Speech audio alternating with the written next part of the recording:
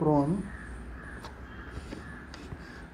Ventilation आधीपासूनच try करतात ते, परंतु नंतर त्यांना चांगले इफेक्ट नाही मिळाले. नंतर त्यांना लक्षात आलं की इफेक्ट आहेत. इवन जो नॉन रिस्पॉन्डर आहे ऑक्सिजनेशन, त्याच्यात पण फायदा होतो. आणि काही जरी बेनिफिट नाही झाला तरी तुम्ही चालू ठेवा, फायदा होतो. तर O2वर नका जाऊ. ते म्हणतात PCO2वर जा. PCO2 कमी झाला तरी मॉर्टॅलिटी कमी होते. हे झालं ऑक्सिजनेशनचं. हिमोडायनॅमिक त्यांना दिसले की काही लोकांमध्ये 25% काहीच फरक पडत नाही, 25% वर्स होतं, 50% नो चेंज होतो. तर चेंज का होतो? तर तुमचा हे वाढतो. 2 गोष्टी आहे. PVR कमी होतो, त्याच्यामुळे कार्डियक आउटपुट चांगला होतो, कारण की लेफ्ट व्हेंट्रिकलचा आफ्टरलोड कमी होतो, राईट व्हेंट्रिकलचा. परंतु काही लोकांमध्ये ॲबडॉमिनल प्रेशर वाढल्यामुळे प्रीलोड वाढतो. त्याच्यामुळे ते लोक, जर त्यांच्याकडे रिझर्व नाही आहे तर ते लोक डिकम्पेन्सेट करतात.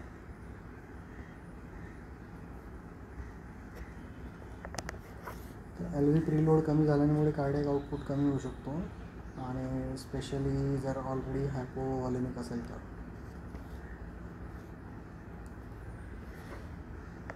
मेनली प्रोन केल्यामुळे होमोजेनिसिटी वाढते. क्लीन नॅचरली काय होतं, PO2 कमी होतो, PCO2 वाढतो, ॲसिडॉसिस होतो, हायपॉक्सिया होतो, त्याच्यामुळे आउटकम खराब होतो. ॲसिडॉसिस हायपॉक्सियामुळे RV आफ्टरलोड वाढतो, PVR वाढल्यामुळे. त्याच्यामुळे हिमोडायनॅमिक वर्सनिंग होते, आणि हेट्रोजेनस असतं, त्याच्यामुळे इंजुरी होते, त्याच्यामुळे आउटकम खराब होतं. प्रोनमुळे होमोजेनिसिटी वाढते, त्याच्यामुळे विलाय कमी होतं, आणि PaO2 वाढतो, PCO2 कमी होतो, त्याच्यामुळे ॲसिडॉसिस हायपॉक्सिया कमी होतो, RV आफ्टरलोड कमी होतो, त्याच्यामुळे हिमोडायनॅमिक्स बेटर होतं.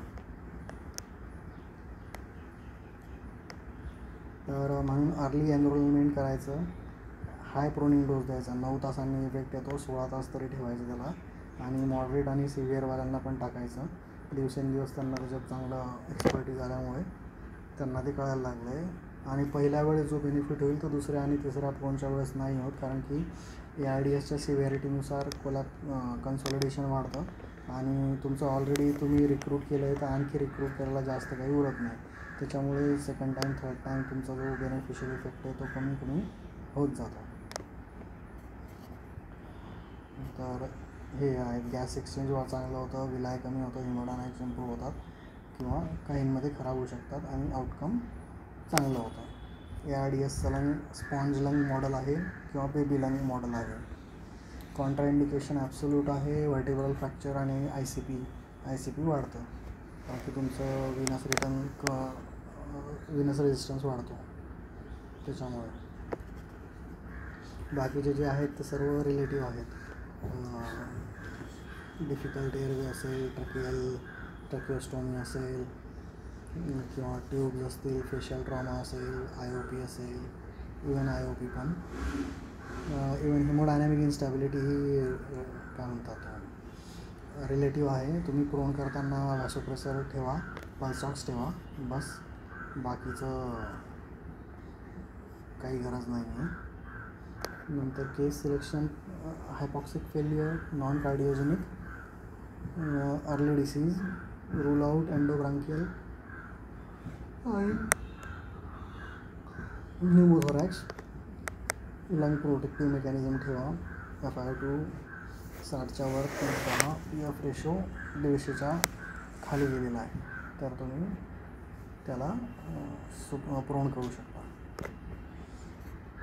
प्रोनमध्ये प्रिकॉशन काय, हिमोडायनॅमिक स्टेबिलिटी ठेवायची, इन्व्हेजिव्ह आर्टला आधीच घेऊन ठेवा, वस्क्युलर ॲक्सेस ठेवा, इको आधीच करून ठेवा त्याचं राईट व्हेंट्रिकल बघायला, आणि आधीच कन्फर्म करा, पोझिशन सिक्युअर करा, ATT आणि नॅझोगॅस्ट्रिक आधीच टाकून ठेवा. आणि फिडिंग करू शकता तुम्ही, फिडिंगला काही कॉन्ट्राइंडिकेशन नाही आहे. पल्स ऑक्स आणि हार्टलाईन एवढंच ठेवायचं, बाकी व्हॅसोप्रेसर फक्त चालू ठेवायचं, बाकीचं सगळं डिस्कनेक्ट करायचं. 4 लोक लागतात, एक एअरवेवर, 2 टर्न करायला, 1 मॉनिटर बघायला. इमिजिएट चेंजेस काय आहेत, आधी प्रिऑक्स करून ठेवायचं कारण की टायडल व्हॉल्यूम आणि प्रेशर वाढतं इमिजिएटली आणि हिमोडायनामिक चेंजेस होऊ शकतात. तर याच्यामुळे घाबरायचं नाही आहे, ते इफेक्ट यायला वेळ लागतो थोडासा जस्ट. आणि सिक्रेशन्स भरपूर सारे येतात. तर स्विमर पोझिशन ठेवायची, तोंड एका बाजूला ठेवायचं, थोरासिक पेल्विक सपोर्ट ठेवायचे नाही, काही त्यांना बेनिफिट दिसला नाही त्याचा. आय प्रोटेक्शन पाहिजे, क्लोज सेक्शन ठेवायचं, भरपूर वेळ आपल्याला त्याला तसंच ठेवावं लागणार आहे म्हणून. आणि सपोर्ट करायचं, प्रेशर पॉईंट पॅडिंग करायचं आहे. कॉम्प्लिकेशन्स याचं oedema, pressure Zoar, कंजंक्टिव्हल haemorrhage, compressions होऊ शकतात, पण हे सर्व काही अवॉइडेबल आहे ट्रेनिंगने. सिडेशन मसल पॅरालिसिस द्यावं लागू शकतं आणि CPC वगैरे प्रॉब्लेम होतो. स्टॉप कधी करायचं, तुम्हाला जो क्रायटेरिया करता तुम्ही केला होता, तर व्हेंटिलेशन इम्प्रूव्ह व्हायला पाहिजे आणि कॉम्प्लिकेशन जे आहेत ते PF रेशो इम्प्रूव्ह व्हायला पाहिजे. तर डॉर्सल रिक्रुटमेंट होतं, वेंट्रल रिक्रुटमेंट होतं, होमोजिनस होतं प्रोनमध्ये. परफ्युजनमध्ये काहीच चेंज नाही होत, त्याच्यामुळे VBIQ इम्प्रूव्ह होतो. पीक इफेक्ट याला 9 तास लागतात. पीक इफेक्ट नंतर कमी होत जातो. विलाय कमी होतात होमोजिनस झाल्यामुळे. हिमोडायनामिक चेंजेस हे मल्टीफॅक्टोरियल आहेत. थोरॅकोपेल्विक सपोर्टचा काही रोल नाही आहे. सर्वायवल इम्प्रूव्ह होतं. प्रोन इवन ऑक्सिजन रिस्पॉन्डर नसेल तरी द्यायचं, कारण की CO2 जास्त महत्त्वाचं आहे. तर हे वेटचं त्याने डायनॅमिक्स दिलं आहे. पुन्हा 3 गोष्टी आहेत त्याच्यात, शेप मॅचिंग, ग्रॅव्हिटी आणि super impose pressure. Super impose pressure म्हणजे हे हार्टचं आणि ग्रॅव्हिटीचं म्हणजे लंगचं स्वतःचं स्पॉन्ज इफेक्ट आणि शेप मॅचिंग म्हणजे लंग थोरॅक्सला मॅच करायला जातं. तर प्रोनमध्ये शेप मॅचिंग या दोघांच्या विरुद्ध जातं, नाही तर सुपाईनमध्ये तिघे एकाच डायरेक्शनने असतात. त्याच्यामुळे होमोजिनस व्हायला लागतं आणि ब्लड फ्लो चेंज नाही होत. सुपाईन करा, प्रोन करा, ब्लड फ्लो तुमचा जो आहे तो या बाजूलाच जास्त असतो, व्हर्टेब्रल साईडलाच जास्त असतो. म्हणून तुम्ही तो प्रोन केल्यावर मग इथे ऑक्सिजनेशन पण होतं, ब्लड सप्लाय ऑलरेडी चांगला आहे, तो चांगलाच राहतो, VBIQ मॅचिंग होतं.